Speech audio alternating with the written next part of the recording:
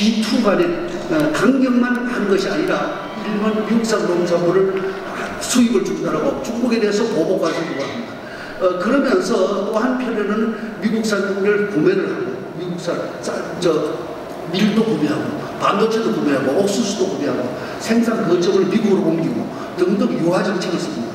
이 G2 간에는 강대강을 대결하면서 또 일면 협상도 하는 이런 현상을 벌이고 있습니다만 기본적으로 이 협상이 언제 끝날 거냐 어떻게 될 거냐 잘 모릅니다. 사실 트럼프 마음입니다. 이게 뭐 법도 없고 마음대로 SNS에서 트럼프가 오늘 중국하고 싸워야 되겠다 하면 싸우는 겁니다. 트럼프의 생각 머릿속에는 얼마 전에 SNS에서 시진핑을 적이라고 했습니다. 시진핑 싸워야 되니 적이라고 했습니다. 우리는 중국이 없어도 더 나을 것이다. 아주 극단적인 발언을 서슴지 않고 합니다.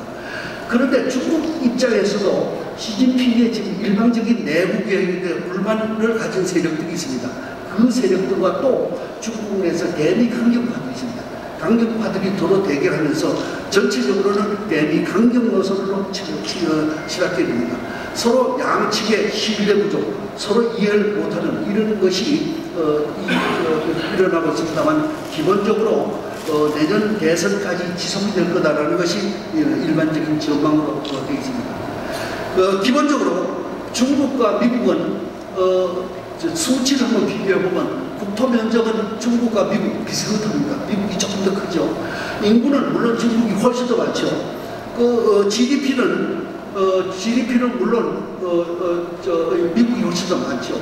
1인당 GDP는 물론 미국이 6배 정도 됩니다. 미국에 비해서 물론 훨씬 높습니다만은 전체적으로 이런 상태에서 우리 최윤식이라고 미래학자가 쓴 책에 보니까 몇 가지 시나리오를 제시를 해놨습니다. 이 시나리오가 한 4개 정도 됩니다. 그 중에 한 3가지만 설명을 드리면 만약에 중국이 연평균 8% 성장하고 미국이 2.9% 성장하면 2030년에 중국은 미국하고 똑같아집니다. 2044년에는 미국이 2배, 중국이 2배가 됩니다. 그런데 이것은 가능성이 별로 없습니다. 중국이 6% 성장하고 30년까지, 그 다음에 4% 성장하고 미국이 2.9% 성장하면 미국과 중국이 같아진 것은 2047년으로 보고 있습니다.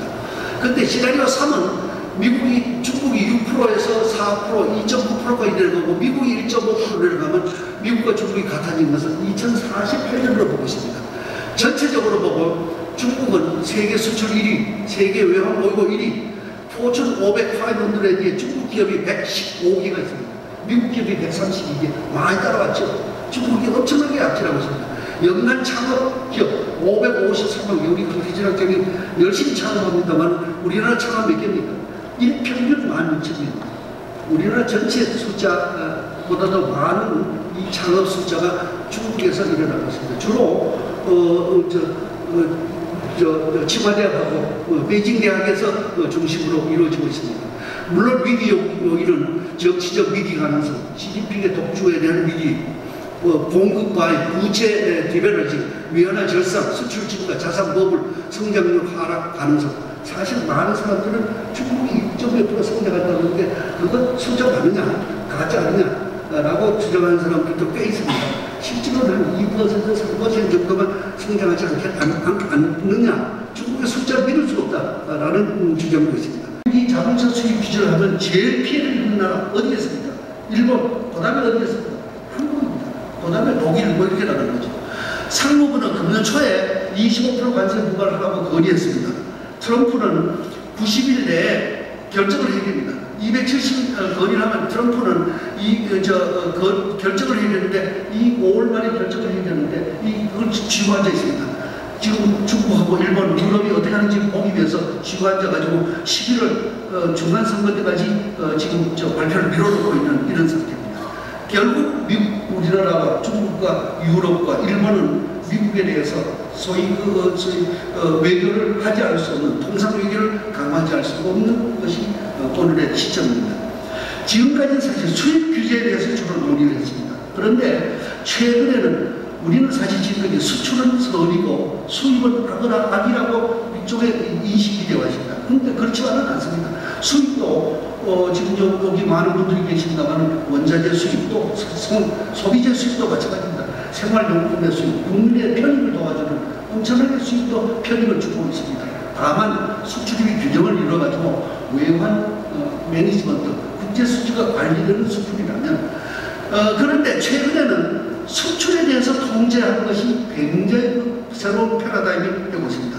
수출은 무조건 좋다고 생각하는데 그렇지 않습니다. 수출 통제 제도는 주로 전략물자에 대한 수출 통제입니다. 이 전략물자는 상한응용으로 쓰이는 것이 이런 항공기 부품 이런 거고, 그 다음에 뭐 여러 가지 원재료가 있고, 2차 대전 중이죠. 2차 대전 중에 미국이 전략물자를 군수용으로 쓸 수 있는 이런 무기 개발을 할 수 있는 기술, 상품을 독일, 이태리, 일본에 수출하지 않도록 하는 법을 미국 의회가 제정을 했습니다. 그러면서 전략물자에 대한 수출 통제가 나왔습니다. 그러다가 1949년 나토가 만들어지면서 소련과 미국이 동서냉전으로 대치하면서 소련 공산진영에 대한 와르샤와 팩트에 대해서 수출을 통제한 것이 바로 코콤을 설치해가지고 소위 공산주의 집단에 대한 수출을 통제했습니다. 그러나 1992년에 소련 공산주의 체제가 무너지면서 이제는 코콤도 없어지고 와르샤와 조약도 없어졌습니다. 그러나 이라크에 테러가 일어나고 아프가니스탄에 테러가 일어나고 시리아, 남수단 등등이 일어나면서 이 전략물자에 대한 수출 통제는 전략물자의 수출 통제는 주로 테러 집단에 대한 수출 통제, 테러 집단에 대한 수출 통제로 바뀌고 있습니다. 이 테러 집단에 대한 수출 통제는 국제적으로 지금 4개의 큰 협약이 있습니다. 핵공급 그룹이라고 있습니다. 핵공급 그룹은 뉴클리어 서프라이즈 그룹이라고 해가지고 원자력 관련 물품을 통제하는 것입니다. 호주 그룹은 화학무기하고 생물무기에 관련된 것을 통제하는 기구입니다. 미사일 기술 통제 체계는 소위 운반 시스템, 미사일이라는 것은 나르다는 뜻입니다. 북한이 핵 개발을 완료하는 거 지금 미사일을 쏘아가지고 탑재해가지고 지금 전 세계에 날리고 있습니다. 대량 살상무기, 운반 시스템에 대한 수출 통제를 하는 것이 미사일 통제입니다. 엄청나게 살상무기가 됩니다. 이중 용도와 재래식 무기를 수출을 통제하는 것이 바세라는 체제입니다. 이런 4개의 체제에 의해서 핵공급 그룹은 주로 IAEA를 만들고 NPT 핵 확산전, 뉴클리어 프롤리퍼레이션 트리티를 만들고 또 IAEA를 만들고 뭐 이렇게 해서 핵 물질에 대해서 통제하는 기구입니다. 이 핵 물질에 대해서 통제하는 기구는 기본적으로 최근에 주로 북한에 대한 핵 물질을 통제하는 것이 주 기능을 하고 있죠. 그런데 여기에도 굉장한 루폴이 있습니다. 북한은 NPT에 가입했다가 처음에 탈퇴했다가 그다음에 다시 또 요건 미달이라고 했다가 2003년에 탈퇴해버렸습니다. NPT에서 탈퇴해버리니까 북한을 규제할 방법이 없습니다. 다만 북한의 수출을 규제하고 있지만 북한 자체의 행위에 대해서는 UN 안보리 결의로서 지금 규제를 하고 있습니다만 사실 그게 그렇게 큰 효과를 먹히지 않고 있습니다. 왜 너는 갖고 나는 못 갖게 하느냐, 나도 갖겠다 해가지고 인도, 파키스탄, 이스라엘은 사실상 핵을 가지고 있습니다. 가지고 있지만은 NPT에서 탈퇴해버리니까 제재할 방법이 없는 것이 이 한계점입니다. 호주 그룹은 화학무기하고 생물무기, 주로 베트남전에서 고엽제를 이용한 이것이 이행되면서 화학무기 금지가 주로 제네바 협약에 의해서 화학무기를 금지하고 있습니다. 미사일 수출 통제는 주로 소위 북한을 중심으로 하는 미사일, 이런 탄도 미사일을 통제하는 것입니다. 이것이 초민간 품목 있고 민간 품목이 있고, 이것은 특정 국가를 통제하는 것이 아니라 특정 기술에 대한 통제입니다. 바세라는 시제는 아까 무기, 재래식 무기에 대한 수출 통제를 하고 있습니다. 기본적으로 또 이 말고, 4개 협약 말고도 유엔에 의한 수출 통제가 있습니다. 유엔 안보리 결의 1540는 전략물자의 생산, 사용, 비축, 운용에 관해서 통제를 하고 있습니다. 그 다음에 아임스 트레이드 트리티는 재래식 무기의 수출 통제에 관한 기준을 정하고, 대량 살상 무기를 방지하는 PSI라든가 WMD라든가 이 운송을 차단하는 이런 컨테이너 협상은 컨테이너 시름을 통제하는 이런 여러 가지 장치를 하고 있습니다. 예, 근데 모든 기업이 일일이 상공부에 가가지고 수출 허가를 만든 것이 불가능합니다. 그래서 이 내부 통제관을 두고 규정을 내부 규정을 잘 주고 통제를 잘하는 기업, 삼성전자가 이런 기업은 정부가 포괄적으로 삼성전자의 수출 허가를 위임해 줍니다. 삼성전자 스스로가 허가를 하고 장부를 만들어가지고 관리하도록 이렇게 하는 것이 ICP입니다. 우리나라는 ICP가 한 157개 기업인가 있고 일본은 1,500개 정도가 있다고 합니다만 ICP는 내용가 좀 다른 거죠. 상황허가는 아까 이라크전에서 나온 얘기입니다만 이중용도 품목을 통제하는데 뭐가 이중용도 품목이냐 참 애매합니다. 사실 방사용은 방사청, 원자력 품목은 원자력 안전위원회가 셋으로 나눠져서 수출 통제를 하고 있습니다. 전략물자 수출 허가는 건별로 허가하는 것이 있고 허가 면제해주는 이런 제도가 있습니다. 허가 면제는 주로 AS용 부품들입니다. 그 다음에 전략물자는 해당되지 않지만 이중용도 품목, 대개 이런 경우는 개철 품목으로 허가를 받도록 되어 있습니다. 사용자 포괄 허가의 경우는 여기다가 삼성전자가 규정을 잘 지킨 기업은 포괄적으로 위임해가지고 2년이나 3년 동안 너희들 쓸만큼 수입해봐라. 대신 장부하고 교육은 제대로 시켜라고 위임하는 이런 개념입니다. 우리나라 전략물자 수출 통제 품목은 4개 그룹으로 나눠가지고 원자력은 개념의 신소재, 소재 가공, 전자, 컴퓨터, 센서, 레이저 물론 이게 HS 코드로 다 나와 있습니다만은 굉장히 복잡합니다. 이걸 이해하기가 보통 어려운 게 아닙니다. 핵공급은 1분은 원자력 저장 물자, 2분은 일반 산업물 물자, 그 다음 미사일 통제제는 완성 로켓 추진체, 그다음 컴퓨터 시험 장비, 소프트웨어, 항공전자, 호주그룹은 미생물, 세균, 독소 등등 이렇게 되어 있습니다. 이런 경우에 품목이 쭉 열거가 되어 있습니다만 이 품목 자체가 이해하기가 굉장히 어려운 이런 것으로 되어 있습니다. 2006년부터 미사일을 발사하기 시작했습니다. 2006년부터 미사일을 발사하기 시작했고 사실은 2017년 5월 9일 날 문재인 대통령이 취임했습니다만 5월 14일부터 미사일을 또 발사하기 시작했습니다. 좀 하다가 미사일 발사하면서 2017년 11월 29일 평창 동계올림픽이 2월 8일부터니까 2달 앞에 두고 미사일을 중단했습니다. 미사일 발사. 5월 14일부터 11월 29일까지 11발의 미사일 발사했습니다. 이 미사일을 발사하는 동안에 핵실험을 하는 동안에 UN 제재 결의안이 11차례 결의안이 나왔습니다. 사실 11번째 결의안은 ICBM을 발사하면서 11번째 결의안은 원유, 정유 공급 제한, 섬유 수출 금지, 해외 노동인력 납부는 노동벌과 발급 중단, 석탄 수출 금지, 또 개인에 대한 출국 금지, 등등 이런 통제를 여기서부터 시작해서 이게 UN 1545 결의안입니다. 45년 결의안이 북한에 대해서 수많은 제재 결의안을 했습니다만 사실은 북한은 꿋꿋하게 지금도 미사일을 쏘고 있습니다. 리스트에 있는 품목은 경제산업성이 허가를 건별로 허가지고 수출자 누구 수입자 누구 물량 얼마 해주는데 심사기간은 최대 90일, 유효기간은 6개월 똑같은 허가를 건별로 허가집니다. 그런데 개별 허가가 너무 복잡하기 때문에 포괄 허가 제도가 있습니다. 이 포괄 허가는 다시 복잡합니다만 일반 포괄 허가 있고 특정 포괄 허가 있습니다. 이것은 일반 반첨품, 특별 반첨품 허가, 이건 수리용품입니다. 자회사, 해외 자회사이라고 합니다.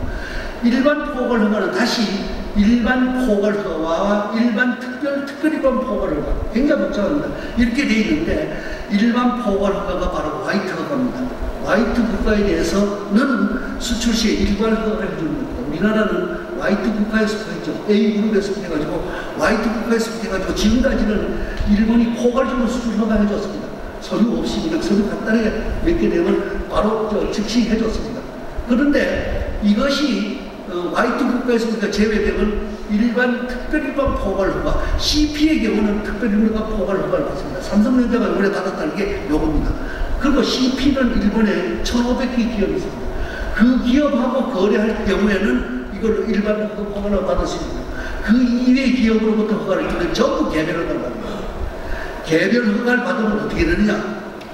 개별 허가, 포괄 허가 이렇게 되어 있습니다. 개별 허가를 받으면 어떻게 되느냐? 지금까지 특별 일반 포괄을 하거나 특별 일반 포괄을 하는 누가 허가를 해줍니까? 사실 허가권이 기업한테 위임이 있습니다.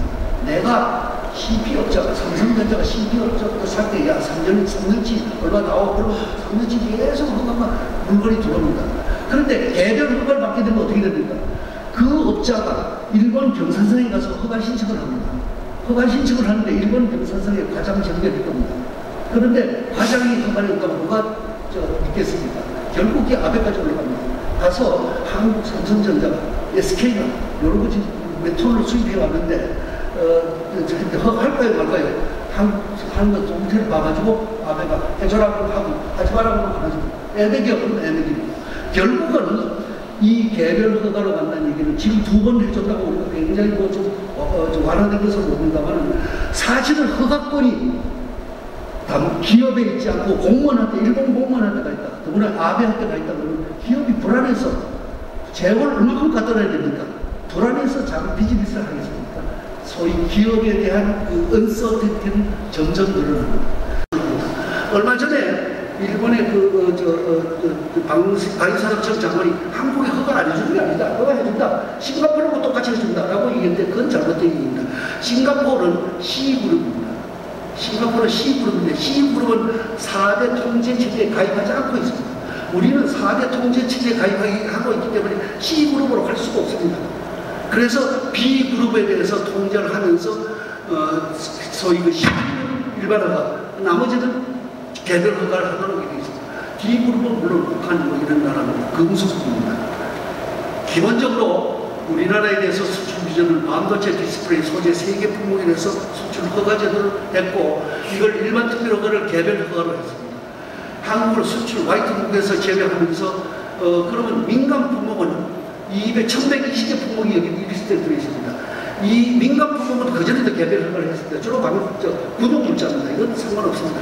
비민간 품목 857개 아마 대부분이 이 속에 속합니다. 반도체 소재, 탄소 섬유, 화학약품, 부품 소재, 컴퓨터, 터빈유, 항공우주 1857개 품목은 CP는 특별허가, 기타는 개별 허가를 받도록 이렇게 되어 있습니다. 캐치어 품목은 이중용도 품목은 종전에는 한국은 그냥 논의했습니다. 다 가져가라고 했습니다. 지금 앞으로는 이중용도 품목은 개별 허가입니다. 일일이 경험을 맡아야 되는. 그러니까 이게 이중용도 품목이 무지하게 많은, 무지하게 애를 끼는 이런 제도가 될 것입니다. 기본적으로 세계 품목에 대해서 대일 의존도가 93%, 41%, 84%입니다만은 그래서 우리가 국산화 한다고 발표를 했습니다. 사실 국산화에 굉장히 어려운 게 뭐가 있습니까? 일본이 특허를 이 품목에 대해서 특허를 65%가 줬습니다. 33%가 있어 55%가 있고 우리가 국산화 하려면 일본 특허를 극복해야 됩니다. 사실상 일본이 특허를 주지 않으면 국산화 할 수가 없는 이런 국산한다라고 발표를 했습니다. 사실 굉장히 위협적이 있긴 하지만은 썩 쉬운 과정은 아니라고 말입니다. 그리고 일본을 화이트리스트에 시행했습니다. 우리는 일본도 4대 통제체제에 가입하기 때문에 우리는 일본은 가 지역에 있었습니다. 근데 이걸 나눠갈 수도 없습니다. 그러니까 일본은 우리나라는 가2를 신설해가지고 일본에 대해서 좀 똑같은 대우를 해줍니다. 그리고 WTO 제소를 하고 지소미아를 지금 중단하는 이런 조치를 내렸습니다. 사실 WTO는 아까 분쟁 해결 절차를 하기 위해서 제소를 하면 양자가 해서 WTO가 판정을 하도록 되어 있습니다. 그런데 이와 관련된 WTO 판정은 딱 한 건 있습니다. 이 안보상의 이유로 수출 규제한 것은 러시아가 우크라이나를 수입 규제를 했습니다. 전쟁, 크리미아 전쟁 때 러시아가 우크라이나에 대해서 관세를 대폭 인상해 버렸습니다. 그런데 WTO는 이 군사 안보상의 이유로 수출을 통제하는 것은 잘못됐다라고 러시아가 패소 판정을 내렸습니다. 그런 이유로 보면 우리가 이길 가능성이 높아 보입니다. 이 높아 보이지만은 WTO 판정은 1심이 보통 19.5개월 걸립니다. 2년 정도 걸립니다. 근데 이게 2심을 올라가면 어펠렛 기구가 올라가면 어펠렛 상소기구에 항소심은 위원이 9명 있습니다. 9명인데 7명이 공석입니다. 7명이 공석이고 지금 연말 되면 한 명이 또 공석이 됩니다. 중국 위원 한 명만 남습니다. 그런데 미국의 생각은 WTO 이거 필요 있어? 필요 없는 거 아니야? 라는 게 미국의 생각입니다. 상소기구 임명할 거냐 말 거냐 미국 손에 달려있습니다. 규제를 해야 되고 수출을 프로모션하고 이런 개념으로 봐왔습니다만 최근 들어서 미국을 중심으로 해서 굉장히 교묘한 일방적의 방법에 의한 수출 통제가 우리를 괴롭히고 있고, 또 하나는 우리가 수출도 아까 그런 복잡한 이런 제도에서 수출도 통제하고 있는 이런 것에 의해서 잘못하면 범법자가 될 수 있는 이런 위기 속에 살고 있습니다. 또 불안정 속에 살고 있습니다.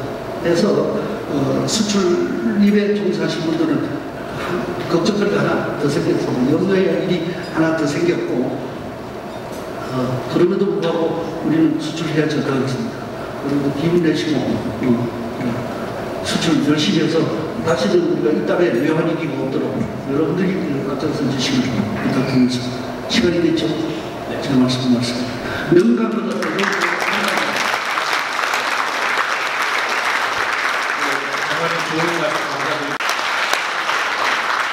사실은 굉장히 방대한 주제인데요.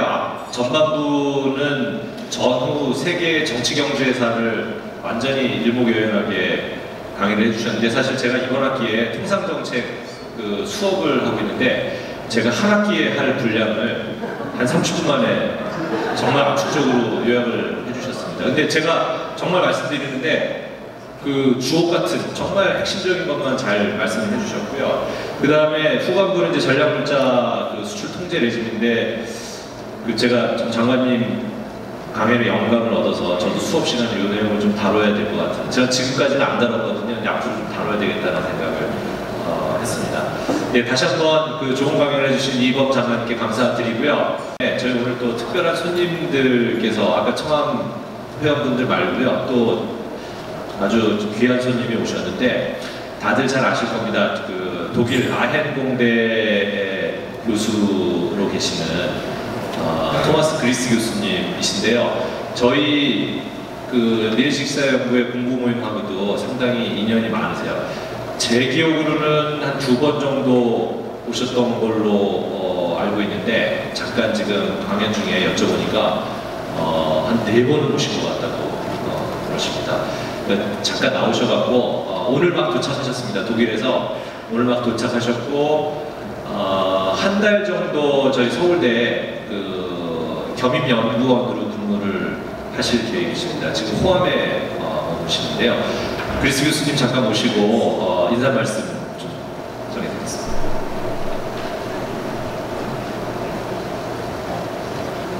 Thank you, Professor Kuh. I hope he has said only pleasant words about me. I would like to thank you that I can have some words to you before the dinner break. My name is Thomas Gries. I'm professor for mechanical engineering at Aachen University, especially for textiles. Aachen University is the #1 technical university in Germany, and also my institute, the Institute for Textile Technology, ITA, is with 450 employees among the largest institutes. We work very internationally, that's why I'm here. I have to say thank you again, because it's my 25th time, so it's a kind of anniversary being here at Seoul National University. For the last more than 10 years, I frequently come here twice a year. At the first visit already I met, of course, Professor Khan. Thank you very much for always hosting me and also guiding me around here in Seoul and in other places, and introduce me to your friends and to your network.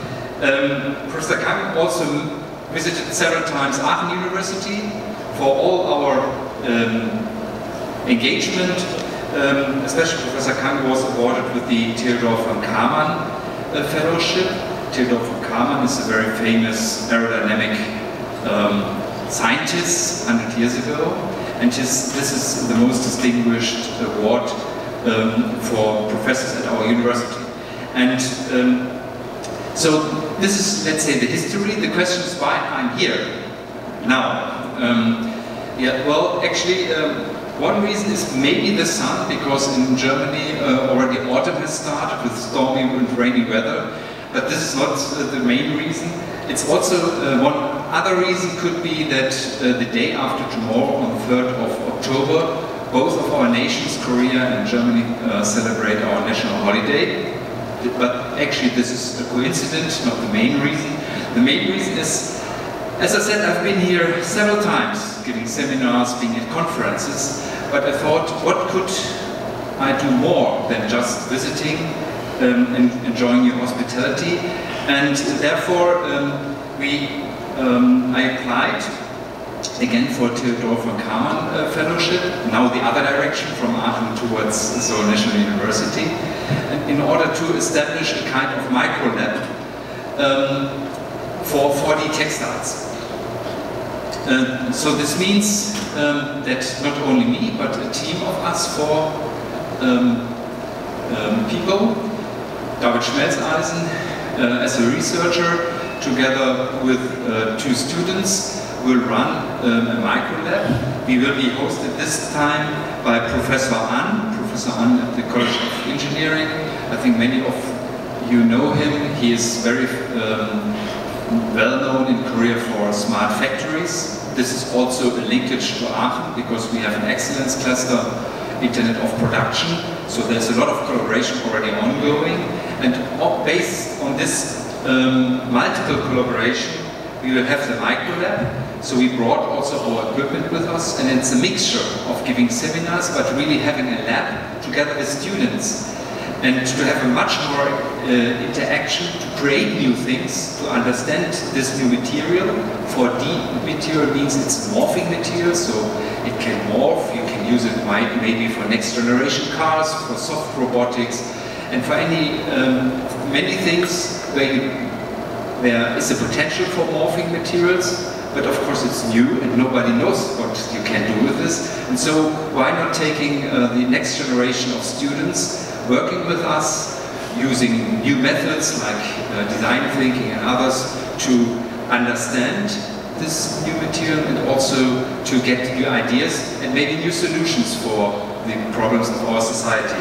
I'm very much enthusiastic, and now to be 1 month in total here in Korea as a new, working together with the students, and I must say I was also surprised that almost 50 students have enrolled to this workshop, so this is quite a large group, and I think with this creative and also talented young people, definitely we will have big fun and we will create new things. So thank you again for hosting me and giving me the chance to have some words. Thank you very much.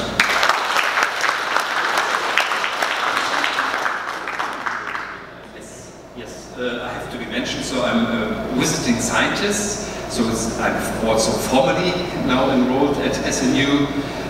This is of course a case of honor for me. It was a lot of work for my secretary because... So you have an SNU ID card? Tomorrow. Not yet. Okay. 네, 그 말씀하신 것처럼 지난 10년간 25회 한국 방문하셨고, 이번에 처음 이제 그동안 많이 서울대 방문하시고 하셨는데, 이번에 이제 처음으로 서울대 그 견무연구원으로 와 계시기 때문에 공식적으로 서울대 소속이신 셈입니다. 앞으로 한 달 계시고, 그 다음에 10월 한 달 계시고, 아마 잠깐 또 밖에 나가셨다가 11월에 다시 오시고 등등 하시는데요. 여러 가지 그 섬유공학 관련 신기술을 접목시켜서 내일 있죠. 내일 그 큰 컨퍼런스도 하시고 학생들 그다음에 서울대 교원들 많이 참석하신다고 하는데, 혹시 내일 그 행사 관련해서 궁금하신 점 있으시면은 그 만찬 중에 그 문의를 해주시면 되겠습니다. 네, 그러면 이것으로 이제 1부를 마치고요. 저희는 7시 50분에 다시 모여서 2부 순서 진행하도록 하겠습니다. 네. 저희 회사는 지난번에 한 소개를 한번 드린 것 같은데, 세라믹 모터리얼이 저희 전문인데, 이 세라믹을 가지고 세라믹 베어링을 만들어서 LCD 라인이나 컴퓨터 반도체 라인에 케미컬 라인에 많이 사용되고 있습니다. 이러한 것들은 이제 세계에서 저희가 최초로 이제 적용을 시켰고, 뿐만 아니라 요즘은 이제 그 정밀 제어 감속기라는 것을 개발했는데 이거는 이제 일명 하모닉 감속기입니다. 하모닉 감속기는 일본이 50년간 독점을 해온 아이템입니다. 이게 아까 이제 일본 수출 제한에 대한 말씀을 많이 하셨는데 이 부품이 공급이 안 되면은 모든 로봇이 수급됩니다. 그러니까 이제 로봇이나 자동화 쪽에 많이 들어가는 그 핵심 부품을 저희가 만들고 있습니다. 그래서 이제 요즘은 많이 불안한 환경이라고 하는데 요즘 저희는 새로운 기회를 만나서 열심히 많이 하고 있습니다. 감사합니다.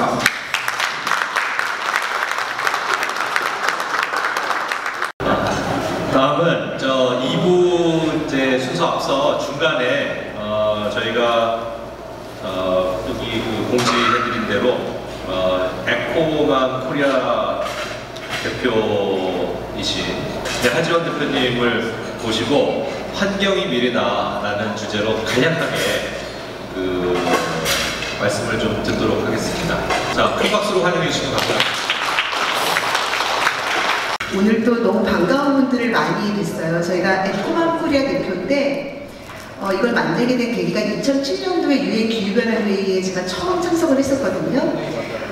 그때 사람들이 머리로는 다 알고 있는데 행동을 하지 않는 거예요. 그래서 왜 행동하지 않을까? 그게 저는 마음이 움직여 행동하게 돼 있구나라는 생각을 가지고 사실 에코 마음이라는 뜻에서 에코맘 코리아를 만들었고요. 그리고 나서 칸쿤의 그 유엔 기후변화회의를 갈 때 이만희 장관님과 함께 유엔 회의에 며칠 같이 있었는데 오늘 뵈서 너무 반갑습니다. 저는 이름이 하지원이고요. 환경 쪽에서 활동하고 있고 현재는 국가 기후환경회의의 멤버이기도 하고 미세먼지 특위위원이기도 하고 또 권도엽 장관이 계실 때는 또 대통령 직속 국세선정위원으로 활동을 하고 있고 지금 수원대학교에 지속가능 경영 주임 교수도 맡고 있습니다. 왜 환경인가? 그리고 왜 환경이 미래인가? 그리고 왜 도대체 무엇이 문제인가? 그리고 어떻게 해결할 수 있을까? 이렇게 세 가지에 대한 부분들을 말씀드리고 싶어요. 근데 앞으로의 10년이 우리의 환경, 우리의 미래를 좌우해요. 왜냐하면 저희가 숨 안 쉬고 물 안 마시고 밥 안 먹고 살 수 없으시죠? 근데 그게 앞으로 10년을 달려있어요. 그걸 IPCC에서 이야기한 내용들을 말씀하도록 정리해드리도록 하겠습니다.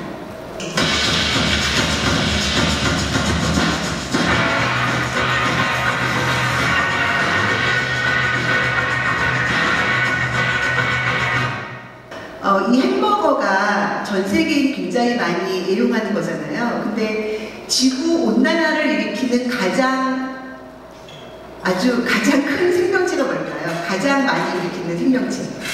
소죠. 그래서 인도의 모든 사람들이, 중국의 모든 사람들이 이 소고기로 만든 햄버거를 먹는다면 정말 몇 년 지구를 못 버틸 수도 있다라는 이제 보고들이 나오고 있거든요. 이 회사는 최근에 빌 게이츠가 투자를 했고요. 그래서 최근에 투자는 한참 전에 했고, 최근에 상장을 해서 한 10배 이렇게 굉장히 주식이 올랐어요. 뭐로 만들었을까요? 소로 만든 게 아니라 콩으로 만든 버거예요. 그 코코넛 오일로 굉장히 맛있는 소고기 육즙을 그대로 느끼게 하는, 탄소가 돈인 건 아마 여기 계신 분들 다 아실 거예요. 주식이 거래되듯 그 탄소 시장이 있고요. 지금 한국에서는 한 톤에 1톤에 34,000원에, 그리고 EU에서는 29유로에 지금 거래가 되고 있고 40유로까지 올라갈 거라고 하고 있습니다. 아마 지금 기업들 평가받으실 때 ESG 평가 받으시잖아요. 특히 외국의 금융계에서는 ESG 평가를 받는데 환경, 소셜 거버넌스에 대한 평가를 받고요. 환경을 저해하는, 또 지구 온난화를 부추기는 기업에게는 투자도 하지 않고 대출도 해주지 않는 것이 지금 추세입니다. 국내에서도 이렇게 지속가능 금융에 가입한 곳이 7개 기관이 있습니다. 작년에 노벨 경제학상을 받으신 분인데요. 이분이 윌리엄 로드하우스라는 예일대 교수인데 주제가 뭐였냐면 기후변화와 경제학이었습니다. This is all wrong. I shouldn't be up here. I should be back in school on the other side of the ocean. Yet you all come to us young people for hope. How dare you? You have stolen my dreams and my childhood with your empty words. And yet I'm one of the lucky ones. People are suffering. People are dying. Entire ecosystems are collapsing. We are in the beginning of a mass extinction, and all you can talk about is money and fairy tales of eternal economic growth. How dare you?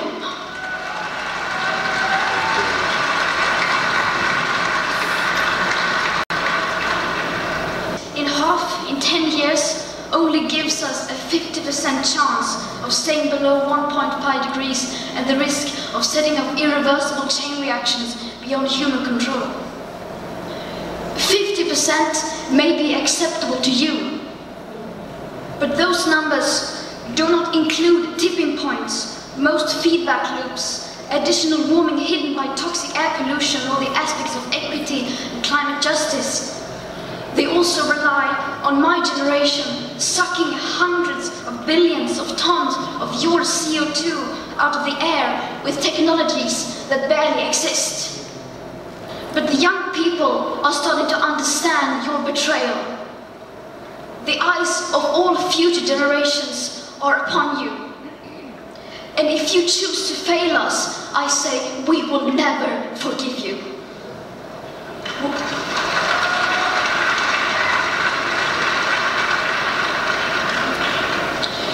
We will not let you get away with this. Right here, right now, is where we draw the line. The world is waking up, and change is coming, whether you like it or not. Thank you. 이번에 유엔에서 있었던 기후 정상회의에서 발표한 거로 변화는 다가오고 있다라고 이야기를 하고 있습니다. 자, 그럼 무엇이 문제인가? 환경에 지금 가장 큰 문제를 몇 가지 좀 살펴보도록 하겠습니다. 작년에 다보스 포럼에서 그 1000명의 경제학자들이 글로벌하게 우리를 위협하는 리스크가 뭐냐 10가지를 뽑았습니다. 그 중에 첫 번째로 나온 게 바로 이 기상이변입니다. 두 번째는 뭐였냐면요, 최대 글로벌 기상이변이었고요. 받는 여러 가지 기상이변이 있는 거고, 스티븐 호킹 박사는 유언으로 이런 말씀하셨어요. 그날이 오기 전에 지구를 떠나라. 근데 그날 오기 전에 떠날 지구가 있으세요? 지구가 아닌 다른 별나라가 없잖아요. 그래서 이제 지구를 우리가 어떻게 지켜야 되는지가 굉장히 중요한 문제인 것 같습니다. 이게 강으로 이제 가스 미세 플라스틱이 되는 거죠, 일회용품이. 그래서 생선이 먹고 그 다시 음식으로 올라오고 또 다시 우리 몸속으로 들어오는 구조입니다. 또 하나의 문제는 미세먼지죠. 대기오염인데 전 세계 900만 명이 대기오염으로 사망을 하는데, 이게 대기오염이 전 세계 인구 8명 중에 1명이 대기오염으로 사망하고 16명 중에 1명이 미세먼지 때문에 사망을 한다고 합니다. 희망은 행동하는 데 있다는 게 이제 툰베리의 이야기고요. 제가 마지막 영상 하나를 보여드리면서 마치도록 하겠습니다. 불의 날 화요일은 에너지 절약하기, 물의 날 수요일은 물을 아껴서 쓰고, 나무의 날 목요일은 일회용품 안 쓰기, 자원의 날 금요일은 분리수거를, 그게 날 토요일은 우리 농산물 먹고, 태양의 날 일요일은 빨래는 주네, 월화수목금토일 세상을 바꾸는 즐거운 습관 365 에코라이프. 지금 1200만 명이 지금 클릭을 해서 이제 보고 있는 거고요. 우리의 라이프 스타일을 바꿀 수 있는, 에코로 갈 수 있는 기술, 정책, 교육 이런 부분들이 전부 다 콜라보레이션이 된다 그러면 10년 안에 우리의 미래를 다시 열 수 있지 않을까 싶습니다. 감사합니다. 다음은 이어서 2강을 해주실 박석길 박사님을 모시겠습니다. 큰 박수로 환영해 주시면. 네, 그 박석길 박사님 또 본부장님이신데요. 간단히 양력 소개해드리겠습니다. 박 박사님은 저희 서울대학교 경제학부를 졸업을 하시고 인디애나 대학교에서 경제학부 석사 및 박사 과정을 마치시고 이제 박사학위 취득하셨고요. 한국에 아마 들어오시기 전에는 IMF 그 국제통화기금에서 이코노미스트로 약 6년 정도 일을 하셨습니다. 그 이후에 JP모건 체이스뱅크의 본부장으로 재직하고 계십니다. 2015년 10월부터 지금까지 재직을 하고 계시는데요. 거시경제 전문가이십니다. 박사학위 논문도 그 중앙은행을 주제로 작성을 하셨고, 그간에 뭐 여러 가지 리포트들뿐만 아니라 주요 그 학술 논문들도 많이 쓰셨는데, 금융통화 분야이시고 또 주요국 그 중앙은행 정책 등에서 일가견을 가지고 계십니다. 오늘 말씀해 주실 부분은 역시 이제 한국의 거시경제 전망이 되겠죠. 세계 경제와 한국의 거시경제 전망에 대해서 그 말씀을 해주시겠습니다. 다시 한번 큰 박수로 환영해 주십니다.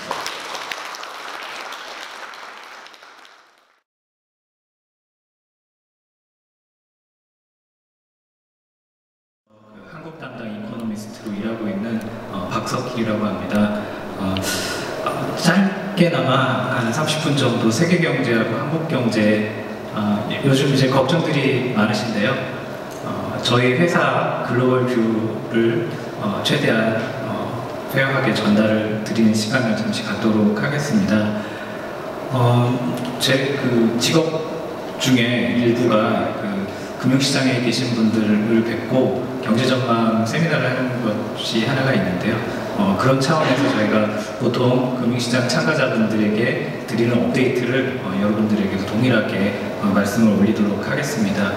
오른쪽에 탑픽을 보시면 그 Bending but not breaking이라고 써 있는데요. 저희가 요즘에 말씀드리고 있는 테마가 저렇습니다. 그래서 여러 가지 걱정에도 불구하고 세계 경제 그리고 사이클이 구부러지긴 하겠지만 부러질 정도는 아니다. 즉 성장의 감속은 있겠지만 경제 위기 상황까지는 가지 않을 것 같다라고 말씀을 드리고 있고요. 그 구체적인 그 예시들은 앞으로 슬라이드를 통해서 말씀을 드리도록 하겠습니다. 이는 잠재 성장률이라고 하는데요. 작년 같은 경우에는 3.2%로 잠재 성장률을 상회해서 경기가 괜찮았던 한 해였습니다. 그 이후에 지금 2019년과 20년에 저희 예상으로는 각각 2.6% 성장을 할 것으로 예상을 하고 있는데요. 이 정도면 포텐셜을 하회하고 있기 때문에 경기가 좋다고는 말할 수 없을 것입니다. 하지만 저희가 흔히 말하는 경제 위기 상황과는 좀 거리가 있고요. 저희가 2008년 그리고 그런 경제 위기 시에 글로벌 성장률이 1% 미만으로 떨어지는 이제 그런 상당히 좀 긴축적인 그런 상황들을 봐야 되는데, 일단 저희 예상에는 그렇게까지는 아니다라고 말씀을 드리고, 각 개별 국가대로 보면은 미국 경제 성장률 같은 경우에는 2.3, 1.7, 1.5 이렇게 감속은 하겠지만 리세션까지는 아니다 이렇게 말씀을 드리고, 또한 중국 같은 경우에도 올해 6.2, 내년 5.8% 이렇게 감속은 하지만 여전히 그 점진적인 감속이다 이렇게 예상을 하고 있습니다. 분들 많이 주시는데요. 글로벌도 사실은 다르지 않습니다. 왼쪽에 보시면 파란 선은 저희 GDP 계정에서 나오는 기업의 설비 투자를 전분기 대비 성장률을 그려보았습니다. 보시는 대로 2018년 작년 상반기가 가장 좋았었던 시점이고요. 그 이후로는 쭉 감속을 하고 있습니다. 그 오른쪽에 보시면 그 기저에 기업들의 센티먼트 인덱스가 있는데요. PMI라는 것은 이제 금융시장에서 가장 많이 보는 관리 구매자 지수라고 해서 향후 생산 그리고 주문 그리고 설비 투자에 대한 의향들을 조사하는 지표입니다. 파란 선에 보시면 생산 지표가 보시는 것처럼 동일하게 2018년 이후로 낮아지고 있고요. 또 더 걱정스러운 것은 향후에 생산이 어떻게 될 것인가 좀 예상을 해보았을 때 기업들이 훨씬 더 좀 암울하게 생각하고 있다는 점. 그래서 기업의 센티먼트와 더불어서 기업의 설비 투자들이 많이 줄어드는 모습을 보고 있고, 이것이 저희가 파악하는 작년부터 비롯한 글로벌 성장의 그 감속 국면의 가장 중요한 그 약점이라고 보고 있습니다. 그럼에도 불구하고 저희가 이 약점을 좀 보완하는 측면도 있습니다. 왼쪽에 보시면 파란 선은 글로벌 실제 그 사람들의 최종 수요인 그 소비 증가율이고요. 그 오렌지 선은 그 소비 증가율을 예상하기 위해서 저희가 각종 모델로 판단해본 트렌드입니다. 잘 아시는 것처럼 유가가 예전에는 200불 했었던 시절도 있고, 지금은 이제 사우디 공격도 있었지만 아주 안정적인 50불, 60불 선에서 유지가 되어 있습니다. 그 말은 글로벌적으로 사람들이 느끼는 그 체감 물가는 그렇게 강하지 않다는 점이죠. 그리고 그와 더불어서 선진국들, 주요 선진국들, 특히 미국을 필두로 한 선진국들의 그 고용 성장률은 상당히 강한 측면이 있습니다. 이 두 가지 팩터가 더불어서 글로벌 파이널 디맨드, 그러니까 그 소비 지출 자체는 여전히 유지가 되고 있다는 점이 저희가 드리고 있는 말씀이고요. 오른 유지 때문에 기업들의 센티먼트가 좋지 않아지는 그 채널과, 그럼에도 불구하고 정부의 통화정책과 중앙은행의 통화정책과 정부의 재정정책이 소비자들의 최종 수요를 받쳐주는 이 펄러시 사이의 이 텐션 중에 어느 쪽이 이길 것인지, 그것이 저희가 가장 바라보고 있는 글로벌 경제 사이클의 내년의 큰 관전 포인트로 잡고 있습니다. 그 말씀을 좀 더 예시로 들기 위해서 왼쪽 차트 보시면 파란 선은 글로벌이고요. 그리고 오렌지 선은 미국을 제외한 글로벌입니다. 불과 몇 달 전인 지난 11월에까지 저희가 가지고 있던 미국 중앙은행 연방준비제도 이사회의 금리 인상 패스는 올해 4차례, 그리고 내년에 2차례, 그래서 전부 1.5%의 금리 인상이 있을 것이라고 예상을 했었습니다. 그런데 그것이 2월 달에 파월 의장의 그 갑작스러운 스탠스 변화로부터 기인해서 현재로는 올해 총 4회 인하를 예상을 하고 있고, 이미 2회 인하를 하였기 때문에 이제 10월달, 12월달 2차례 더 미국이 금리 인하를 할 것이다라는 전제를 저희가 가지고 있습니다. 그리고 다행히도 지금까지 저희 그 페드에 대한 예측이 거의 맞았었기 때문에 아마 그렇게 될 것으로 예상을 하고 있습니다. 그것에 따라서 그 각종 다른 중앙은행들도 어제는 호주 RB가 인하를 했습니다만은 같이 따라서 계속 인하를 하고 있습니다. 노르웨이 중앙은행을 제외한 거의 대부분의 중앙은행들이 이징 사이클에 들어가 있고요. 한국은행도 예외는 아니게 되겠습니다. 그래서 전 세계 중앙은행들이 이렇게 아주 급격하게 펄러시 스탠스를 바꾸었기 때문에 사이클의 끝물에 가장 나타나는 중요한 심토인 크레딧 증가율이 꺾이는 모습을 저희가 일단 보고 있지 않고요. 두 번째로 사람들의 그 파이낸셜 웰스를 결정하는 여러 가지 자산 가격들이 여전히 유지가 되고 있다는 점, 그리고 소비자들의 그 버로잉 컨디션이 여전히 견조하다는 점을 들어서 여전히 저희는 그 완화적인 통화 정책으로 인해서 소비자들의 최종 수요가 뒷받침받고 있다. 이것이 첫 번째 하나의 말씀이고요. 두 번째로 오른쪽에는 글로벌 정책 당국의 피스컬 팔러시를 표시해 보았습니다. 숫자가 여러 가지가 있기 때문에 한 말씀으로 드리면, 특히 이머징 아시아 국가들 같은 경우에는 아주 공격적인 피스컬 이징을 하고 있고, 그것을 되돌아보면 이머징 아시아 국가들이 가장 피스컬 이징이 필요하며 또 할 수 있는 그런 나라 국가들로 보고 있습니다. 왜냐하면 지금 같은 이 지금과 같은 글로벌 그 제조업, 그리고 글로벌 기업의 설비 투자가 좋지 않은 시점에 가장 먼저 타겟이 되었던 그 지역이 이머징 아시아 국가입니다. 특히 한국이 제일 많이 이제 히트를 받았고요. 그리고 대만, 그리고 태국, 이런 국가들이 무역 분쟁의 가장 최전선에서 그 피해를 입었었기 때문에 그 국가들이 먼저 반응하는 것이 당연하다는 말씀이고요. 그것에 대응하여서 한국의 경우 저희가 지금 내조하는 방법으로는 저희가 보고 있는 나라들 중에 가장 공격적으로 재정 정책을 펴고 있는 나라가 한국이 되겠습니다. 그래서 여러 번 저희도 예시를 드리고 있고요. 독일 같은 경우에 피스컬 이징이 좀 필요하다고 말씀을 드리고 있는데 여러 가지 정치적 상황 때문에 쉽지는 않은 상황이어서 아직은 그렇게 나오지 않고 있다. 하지만 이머징 아시아 국가들을 필두로 피스컬 정책들도 반응을 하고 있다라고 저희가 말씀을 드리고 있습니다. 그렇기 때문에 실제 데이터가 나왔을 때 저희가 예상을 계속해서 상향 조정했다는 뜻이고요. 보시면 미국과 중국 같은 경우에 오히려 아이러니하게도 무역 분쟁의 당사국임에도 불구하고 포캐스트는 점점 올라가고 있습니다. 가장 문제가 되는 지점은 유로 지역인데요. 작년부터 계속해서 데이터들이 저희 예상을 하회하기 시작하더니 거의 1년 동안 계속해서 하회하는 흐름들을 가지고 있고 그래서 그 결과 유럽 지역에 대한 성장 전망은 계속해서 하향 조정될 수밖에 없었습니다. 그것과 더불어서 우리나라 그리고 대만 같은 이머징 아시아 국가들도 따라서 하향 조정을 했었던 바입니다. 이렇게 이번 사이클의 가장 큰 특징으로는 그 첫 번째 사이클에 끝나는 단초가 미국에서 나오지 않고 다른 지역에서 나왔다는 것이 한 가지 특징입니다만은 여전히 미국이 글로벌 성장 엔진의 큰 축을 담당하고 있다는 점을 생각하면 미국의 사이클이 언제 끝날 것인가가 초미의 관심사로 보고 있습니다. 그것에 대해서 오른쪽에 같이 여러 가지 지표를 놓고 한번 생각을 해봤습니다. 첫 번째 시나리오는 현재 저희가 생각하는 것처럼 2%대 중반 정도의 글로벌 성장률이 유지된다는 가정입니다. 그래서 저희가 그거를 좀 커런트 트래킹 아니면 머들링 스루라고 하는 시나리오로 말씀을 드리고 있고요. 두 번째 시나리오는 리세션이라고 부르고 있습니다.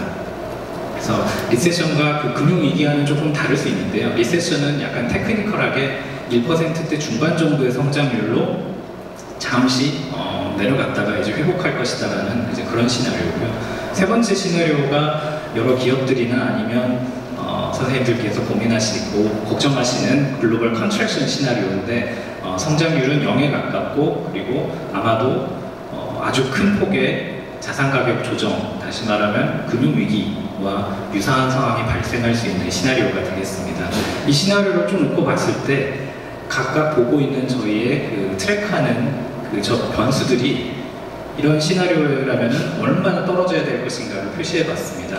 구매자 지수의 아웃풋 지수라든지 아니면 고용 증가율이라든지 그럼에도 불구하고 이렇게 말씀을 드려도 불안해하시는 분들이 많이 계십니다. 그리고 혹시 잘못됐을 때 특히 기업들 주요 큰 기업들에서 이제 각종 그 CFO 분들이라든지 이런 분들이 저에게 이제 질문들을 많이 주십니다. 왜냐하면 리스크에 대비하셔야 되니까요. 그래서 혹시 뭐가 잘못됐을 때 어떤 채널이 가능하겠는가를 많이 물어보시는데요. 한 가지 저희가 생각하는 채널은 좀 약간 억지로 만든 감도 없지 않습니까? 하나 생각해보는 것은 미국의 여러 가지 자산 가격들이 상당히 높아져 있는데 이 자산 가격들이 일시에 코렉션을 겪으면 어떻게 될 것인가. 왼쪽에 보시는 것처럼 미국의 하우스 프라이스라든지 아니면 커머셜 리얼 에스테이트 그리고 기업들의 레버리징이라든지 아니면 뭐 주가 이런 것들이 다 위기 전 2008년 위기 전 수준으로 올라와 있습니다. 그렇다면 이 수준이 과연 버블일 것인가 했을 때에는 사실 답하기가 쉽지 않습니다. 왜냐하면 자산 가치 자체도 올라왔지만 그 자산 가치를 정당화시켜주는 그 언더라인 모멘텀, 그러니까 하우스홀드 같은 경우에는 그 어닝이나 아니면 발란시트 상황, 그리고 기업의 발란시트 상황, 그리고 기업의 어닝 이런 것들도 다 같이 개선이 되었기 때문에 현재 레벨을 꼭 버블이라고 말하기는 좀 어폐가 있다라는 점. 그러니까 인도네시아, 터키 순으로 안 좋은 나라로 결정이 돼 있고요. 그나마 이제 안전한 나라들 국가들로 태국, 맨 끝에서부터 말씀을 드리면 대만, 러시아, 한국, 체코, 이스라엘, 타일랜드 이렇게 되어 있습니다. 한국이 사실은 대만 바로 직전이었었는데요. 최근에 일부 지표들이 안 좋아지면서 약간 순위가 좀 밀리긴 했습니다만은 여전히 안전한 그룹에 저희가 속해 있고요. 이 나라들의 가장 큰 특징은 경상수지 흑지국들이라는 점입니다. 그리고 저희가 보통 많이 걱정하시는 그 노령화에 대해서 많이들 걱정하시지 않습니까? 노령화에 대해서 걱정하면서 저희가 경제의 활력을 잃는다라고 걱정을 하시는데 노령화의 또 다른 말은 경상수지 흑자가 되겠습니다. 저희 매크로 101에서 얘기하는 것처럼 경상수지라는 것이 저희 총 저축에서 투자를 뺀 것인데 노령화와 함께 저희가 저축 성향이 사실 더 커지기 때문에 이 저축 성향들을 국내에 이제 투자 기회가 많이 또 적고 또 아시겠지만 비즈니스 오퍼튜니티에서는 이렇게 수익률을 많이 뽑아먹기가 쉽지 않지 않습니까? 그래서 이로 인해서 그 아주 커졌었던 그 저축 성향, 그 저축 성향으로 인한 경상수지 흑자 기조가 그렇게 유지가 됐다는 점을 생각을 하면 이 국가들도 뭐 러시아 같은 경우에 이제 산유국이기 때문에 좀 약간 다릅니다만 대만과 한국, 특히 동아시아 이 두 경상수지 흑자 국가들의 경우에는 이와 똑같은 어떻게 말하면 문제, 어떻게 말하면 축복인 이제 그런 구조를 가지고 있어서 단기간에 저희가 뭐 외환위기 상황까지 이렇게 몰리는 이제 그런 구조는 저희가 사실은 한참 수십 년 전에 좀 지나지 않았나 이런 생각을 하고요. 상상하시는 것처럼 저희 국민연금이라든지 아니면 각종 연기금 이런 분들이 점점 더 글로벌 시장에서 큰 손이 되어가고 있습니다. 그 말은 저희가 지난 수십 년간 있었던 그 경상수지 흑자 기조가 이제 고착화되면서 어쩔 수 없이 저희가 받아들였던 이제 달러를 이제 해외로 리사이클을 해야 되는데 그 리사이클하는 과정에서 비단 정부의 외환보유액뿐만 아니라 기업과 민간의 외환보유액 약간 좀 준외환보유액으로 생각해 볼 수 있는 기업의 외환자산들도 많이 늘어났다는 점을 보고 있어서 그럼 작년과 올해 이 페시미즘의 근원은 어디에 있을까 했을 때 제가 이제 세 가지 정도 말씀을 드립니다. 첫 번째는 앞에서 길게 말씀드렸던 사이클입니다. 글로벌 사이클, 제조업 사이클, 그리고 캐펙스 사이클 이것들이 다 작년 상반기를 정점으로 내려가고 있었고 그 사이클의 영향에서 저희도 예외는 아니었다는 점. 두 번째는 사이클에 더해서 저희가 가지고 있었던 그 무역 마찰에서 비롯된 트레이드 텐션이 저희에게 또 추가적으로 해를 입혔다는 점을 두고 있고요. 세 번째로는 그것과 다 떠나서 구조적으로 저희는 감속할 수밖에 없는 상황이다라는 점 세 가지를 말씀을 드리고 있는데요. 첫 번째 사이클은 아까 말씀드렸던 대로 서비스에 비해서 제조업 사이클이 확연히 안 좋아질 때 우리나라는 제조업 기반 나라이므로 그 사이클의 영향을 크게 받았던 점을 말씀을 드리고요. 두 번째로 말했던 노이즈가 바로 왼쪽에 있습니다. 왼쪽에 것은 전분기 대비 그 수출의 증가율이고요. 노란 선은 그 모델로 예상해본 글로벌 사이클을 설명 변수로 모델로 우리나라의 수출을 예상해본 트렌드입니다. 그렇다면 뭐 거의 같이 비슷하게 가고 있었는데요. 2018, 19년 그리고 특히 2019년 초반에 저렇게 노이즈하게 떨어졌던 우리나라 수출 같은 경우에는 글로벌 사이클에 더해서 있었던 노이즈라고 보고 있습니다. 그렇다고 보면 만약에 그런 미중 무역 갈등으로 인해서 우리 동북아시아 지역의 서플라이 체인이 그 한바탕 그 재고 조정과 그 노이즈들을 겪지 않았었다면 우리나라의 수출 증가율이 지금처럼 나쁘진 않았을 거라는 점을 일단 보여주고 있고요. 이 글로벌 트레이드 볼륨 성장률이 여기서 더 떨어지면 어떡할 것인가 라는 견해입니다.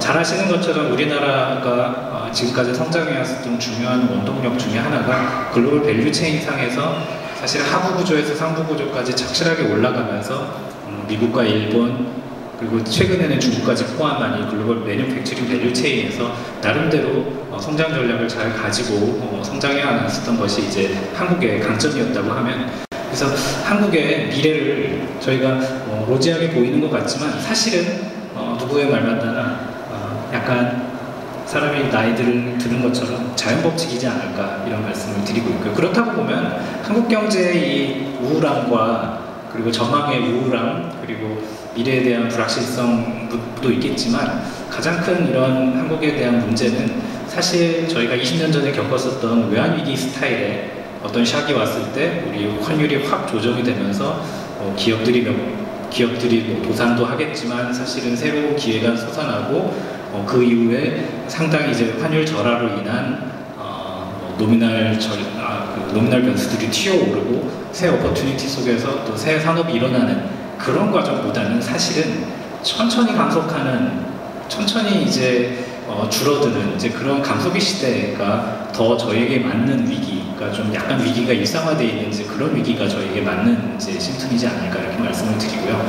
사실 저 연배가 많으신 선배님들 앞에서 이렇게 말씀드리면 약간 외람되지만 사람의 이제 사람으로 좀 따지면 그 프리스크립션상 약간 이제 그 나이가 진행되면서 같이 오는 여러 가지 그 몸에 증상들이 있지 않습니까? 어떤 분들은 이제 다이아베티스, 당뇨가 오시기도 하고요. 아니면 여러 가지 심장이라든지 이런 것에 대해서 좀 장기적으로 추적 관찰을 하셔야 되는 질병들이 많이 생깁니다. 한국 같은 경우에도 이제 장기적으로 이제 추적 관찰해야 되는 이제 그런 과제가 되었고요. 그렇게 되면은 이제 여러분들도 잘 아시겠지만 의사 선생님이 이제 내리는 프리스크립션은 아주 간단합니다. 운동하시고요, 식사 조절하시고, 생활 습관 바꾸시고요. 이제 그거를 이제 경제적인 텀으로 바꾸면 구조 조정하시고요.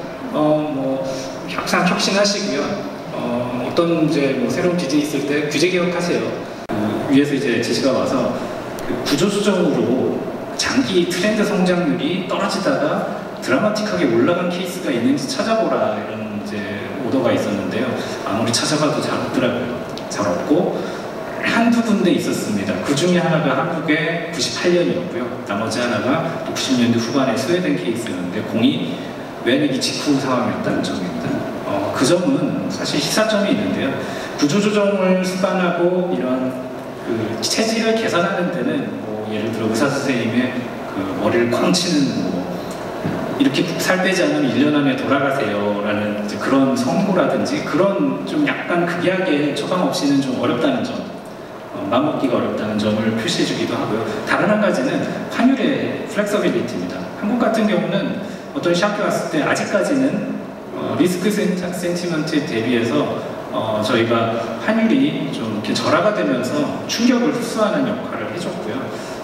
아직까지도 그것들이 작동하고 있기 때문에 한국이 일본에 비해서는 한국은행이 가지고 있는, 그리고 정부가 가지고 있는 정책의 룸은 크다고 봅니다. 그래서 국가는 한국의 미래가 일본일 것이다라고 말씀을 하시는데 저는 좋은 의미와 나쁜 의미로 일본은 아닐 것이라고 생각을 하는데요. 좋은 의미로는 한국의 환율은 예나의 환율과 다르게 예나는 리스크 시나리오가 있으면 절상이 되어버리고 우리는 절하가 되기 때문에 엔화 환율은 샥 업소버의 역할을 못하고 있습니다. 근데 한국은 그 업소버의 역할을 하고 있기 때문에 일본에서 갖고 있는 디플레이션 문제라든지 아니면 이제 그런 대외 충격을 환율이 흡수하지 못하는 데서 오는 여러 가지 증상들이 없기 때문에 일본의 장기 포텐셜의 0.7 이 정도 되는 것보다는 우리나라의 장기 포텐셜은 최종 라운드에서 그거보다 높을 것이다. 왜? 플렉서빌리티가 있기 때문에. 그렇게 말씀하는 거는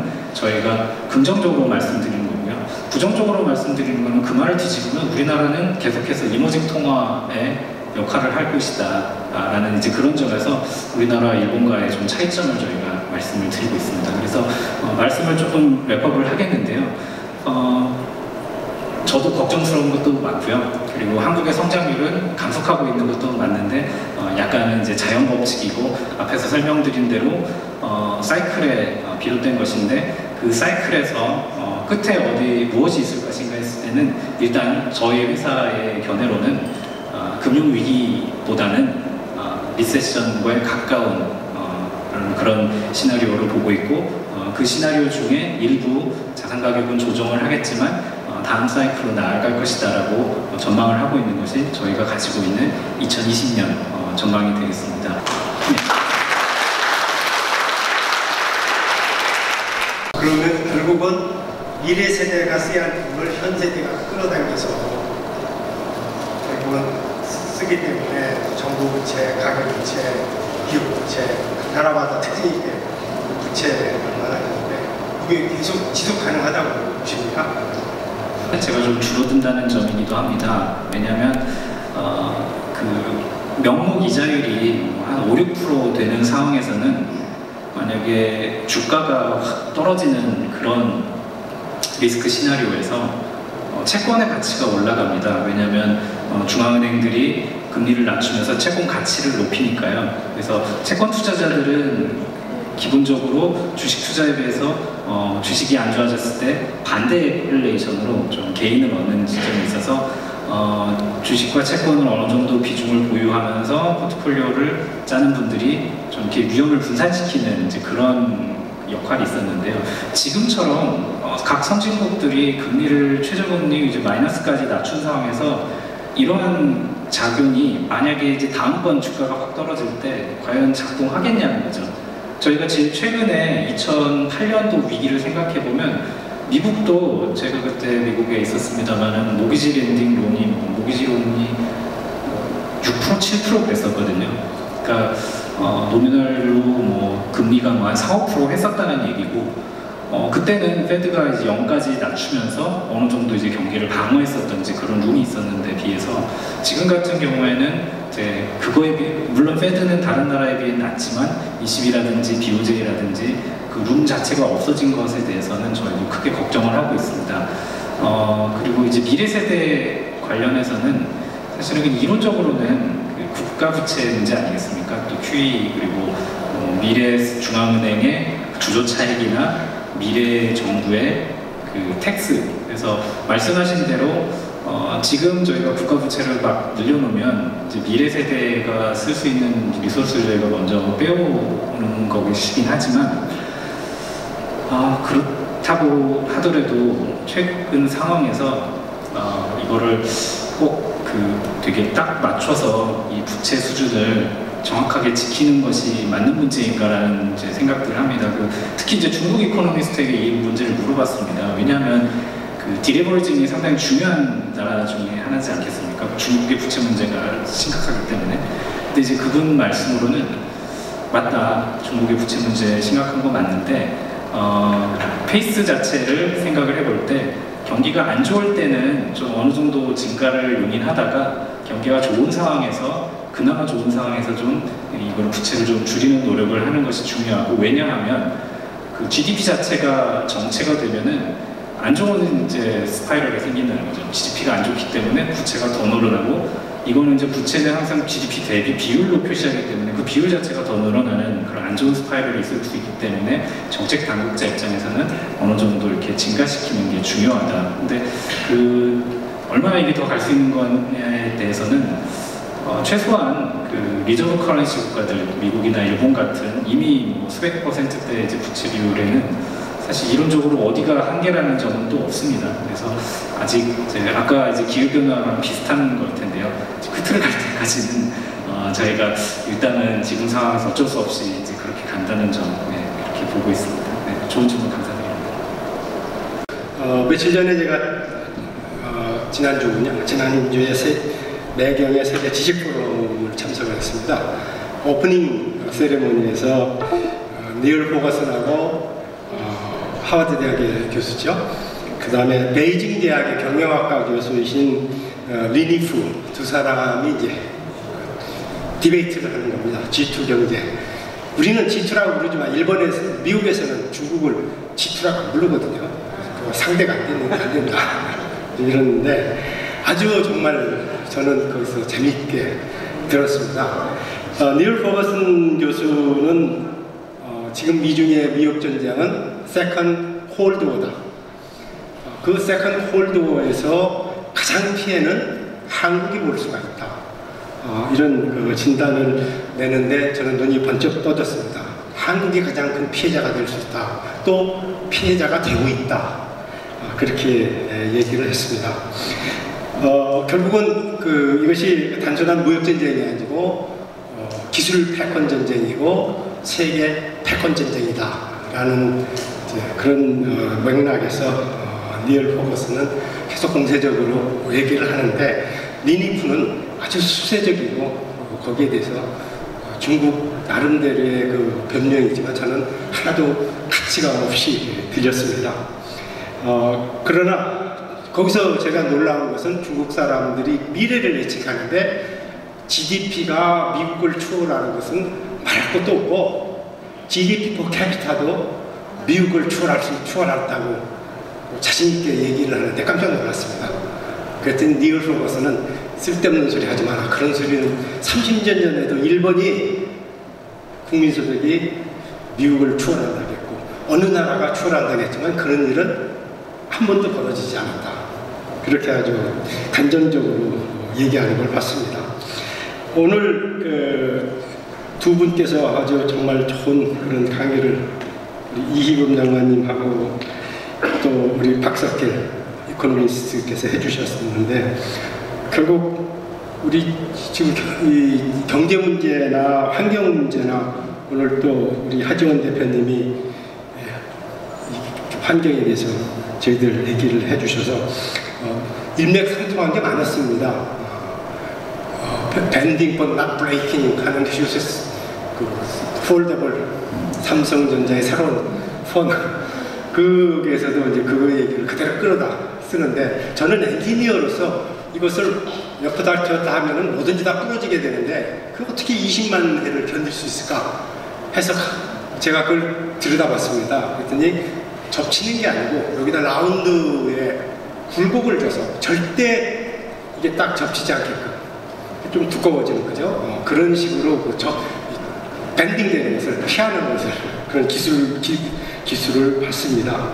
어쨌든 저희가 수축경제 시대에 환경운동가들이 얘기하는 여러분들 아까 연설한 유엔에서 연설하는 게 16살짜리 스웨덴의 환경운동가인 저희 그레타 툰베르라는 어린애를 결국 기성세대를 당신들이 우리의 미래를 다 끌어다 쓰고 있고 우리 미래를 망친다는 얘기를 공개적으로 하는데, 과연 그게 유엔에서 그런 얘기를 하는 게 맞는지 저는 참 그런 걸 보고 우리 대한민국만 이렇게 가는 게 아니라 세계가 다 이런 퍼퓰리스트, 그다음에 기성세대와 미래세대의 갈등 이런 것들을 다 조장하고 있지 않나 하는 것을 많이 느꼈습니다. 우리 하지원 대표님 제가 오늘 부탁드린 이유는 제가 어느 기회에 환경 하시는 분들의 발표를 들으면서 저런 것들에 대한 얘기들이 과학적인 바탕을 두고 또 실질적으로 대한민국에 해결할 수 있는 정책적으로 풀 수 있는 것들에 대한 고려를 하고 우리 미래에 우리가 지금 현재 물질 문명의 풍요로움을 지킬 수 있는 것을 어떻게 하면 지켜주면서 갈 수 있는 해결 방법이 있으면 가야 되는데, 이게 무조건 안 쓰고 줄이고 하면 이게 나쁘고 이런 식으로만 풀어서는 안 되겠다. 그래서 저희 미래 지식사회연구회에서는 오늘도 플라스틱 우리 옆에 용기협회 회장님도 오시고 우리 또 100년 수도관을 만들고 계신 수도관 요새 주철관이 몇십 년밖에 못 가는데 PPI 평화의 우리 이정호 회장님 계신데 100년짜리 수도관을 만들어서 미국에 수출하고 계신데, 이런 플라스틱만이 가능한데 사실 제가 그랬어요. 이종호 사장님. 그 PVC 수도관은 100년이 아니라 300년 간다. 잘만 관리하면 200년은 충분히 쓸 수 있거든요. 100년도 난 작다고 느꼈어요. 그게 사실 실질적으로 그게 플라스틱이 그만큼 안정된 화합물입니다. 그렇다면 이 플라스틱 공해, 미세 플라스틱도 얘기하셨지만 우리가 기술적으로 해결할 수 있는 방법이 있고 정책이 있는데 거기에 대해서 우리가 안 하고 있어서 우리 미래지식사회가 그런 올해 저희가 같이 좀 전문가들 모아서 폐타이어 문제 해결하듯이 그걸 개체를 해결해보자. 그래서 우리 시멘트 협회 우리 부회장님도 적극 참여를 하고 있고, 그래서 이건 같이 가야 된다. 환경운동가, 우리하고 생각이 다른 분을 모신 이유가 기술적으로 해결할 수 있고 사회적으로 제도만 갖추면 될 수 있는 문제라 할지라도 환경운동가들하고 같이 가야 된다는 의미에서 제가 10분간 발표를 부탁드렸습니다. 우리 앞으로 이런 문제를 잘 좀 풀어갔으면 좋겠습니다. 마지막으로 저 독일 교수의 환영 한 말씀을 끝내겠습니다. I would like to welcome Professor Thomas Gries and David Smeltleiser to be here with us for next 1 month. I hope you enjoy every minute in Korea, so seeing the beauty of the Korean landscape as well as your friends, a lot of your Korean friends. So I hope you enjoy every minute in Korea.